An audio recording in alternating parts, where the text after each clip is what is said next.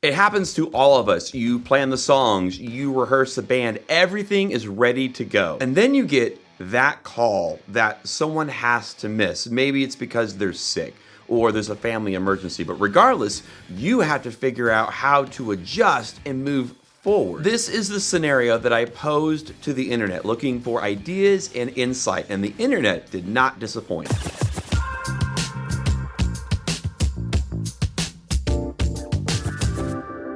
Hi, I'm Dave Dolphin at PracticalWorshipBlog.com, sharing ideas, tips, and practical advice for the worship leader that has to do it all. If you're trying to figure out how to do all the little extra things that comes along with leading a worship ministry, hit that subscribe button and that little notification bell right next to it, and we'll be here to help every week. So let me go ahead and set the stage for this hypothetical. Your worship band consists of an acoustic player, that's you, a drummer, a bass player, an electric guitar player, and a keys player. The songs have been chosen. The midweek rehearsal was fantastic. You are ready for the weekend. But early Sunday morning, you get a text message from someone in the band saying that they got food poisoning from the night before and they're not going to make it to service. It's too late to find a replacement. You have a 1 hour rehearsal to make any adjustments, and then it's time for service. That's the question that I posed to the Worship Leaders Plus Facebook group, and I got some pretty amazing responses that I want to share with you right now. So in this video, we're going to specifically talk about what to do if you're missing your drummer. In upcoming videos, we'll talk about what to do if you're missing your bass player or electric player or your keys player. Scott says, I grab the kick drum and play a 4 on the floor beat while singing and strumming. Same thing for the tom-driven song. And then I go without drums on the rest of the songs. I think this is fantastic. If you can't get an entire drum set, just having a kick drum, something that can really drive those downbeats, can really help the song and drive it and dynamics and all that. At the same time, it's an instrument that you play with your feet and it keeps your hands free to play acoustic or keys or whatever. This does work best on songs that really emphasize each and every beat. If you have a song that is backbeat heavy, it's probably not going to work. So a great example would be Glorious Day is a great song for this. Goodness of God is probably not. Garrett says, I've used a cajon in the past and found someone to play it. If I can't find anyone else, I typically will just do it more acoustic driven for the feel of the songs and have the keyboardist be a little bit more proactive on the left side of the board to help fill out some of that space. Cajons are great because you can get so many different sounds out of them that really mimic a traditional drum set. If you kind of bang it in the middle of the body of the box, you can simulate a kick drum. If you get a little bit more closer to the edges and the slap and you get the snares on the cajon to kind of activate, now you got a snare. And the cool thing about a cajon is that you don't really need to be a drummer. It's really pretty intuitive to be able to just, you find someone with some rhythm and they start tapping on it and kind of, explore the space. I mean, really? Yeah. Explore the space. And you just kind of bang on it a little bit and you can get some pretty cool rhythms out of it very easily. And Garrett makes an interesting point as well that when you break down music, you can break it down in terms of rhythms and melodies and atmospheres. And there's some obvious places to find that, like with melodies, you can find those in vocals. That's very obvious. When it comes to rhythms, you can find that with the drums. But other instruments can provide the rhythms as well. The strumming of an acoustic guitar can provide rhythm. So can that left hand on a keyboardist can really emphasize where the kick drum normally would be. Josh says that I'd move from acoustic to cajon if possible and change from electric to acoustic myself and just rock an acoustic set. Or I'd play a cajon if I had another vocalist who could cover what I would be leading. So +1 for the cajon, and a lot of songs can actually transition to an acoustic style pretty easily. You're not gonna have the big sweeping dynamic range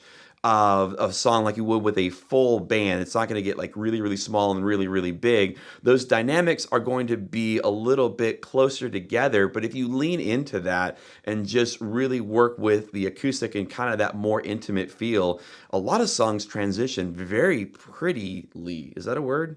Prettily. And they're pretty amazing. If you can swing it, 2 acoustics playing together can make things sound really, really big. And what you do is you change the voicings. An example of that would be, let's say one guitar player is playing, you're playing in the key of G.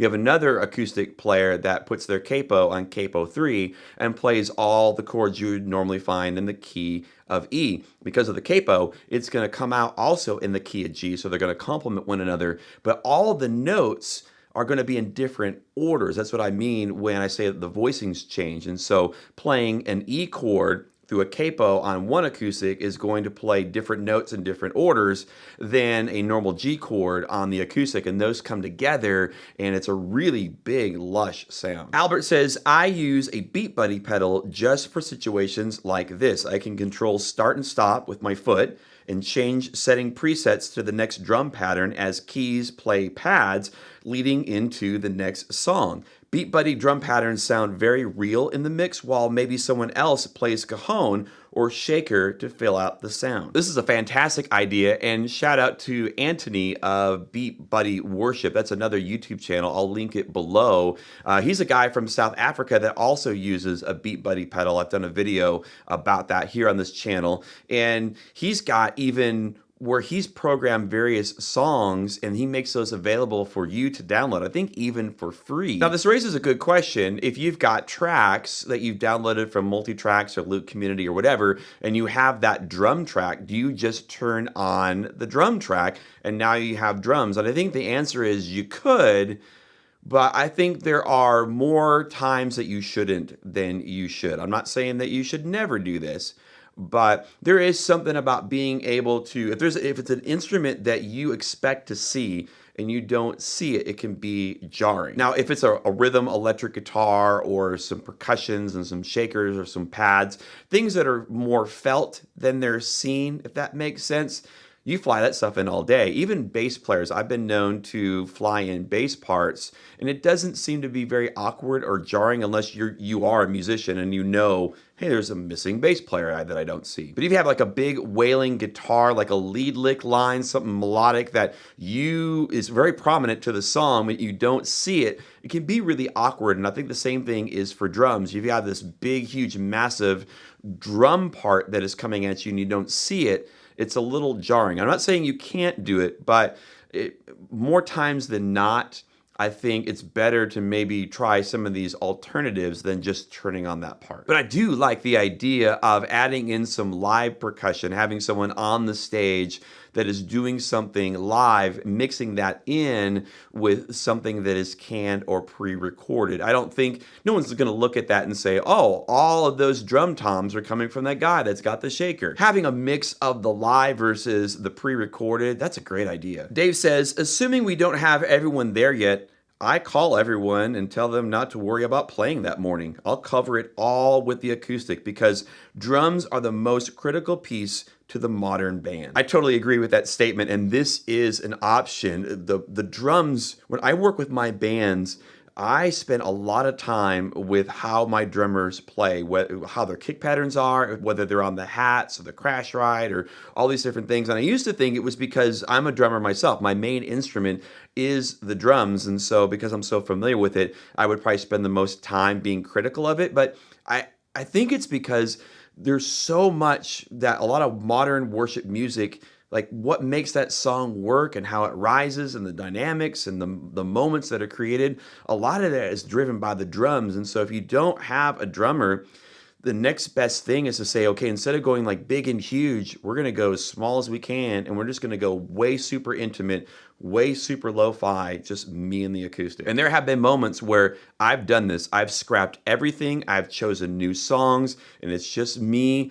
and the acoustic and our people. This is the first of several videos that's gonna pose this type of hypothetical situation. In future videos, we'll talk about bass and electric guitar and keys. We'll put them all on a playlist you can check out right now, right over here. That video down there is pretty good as well. Whatever video you pick, I'll see you in the next one.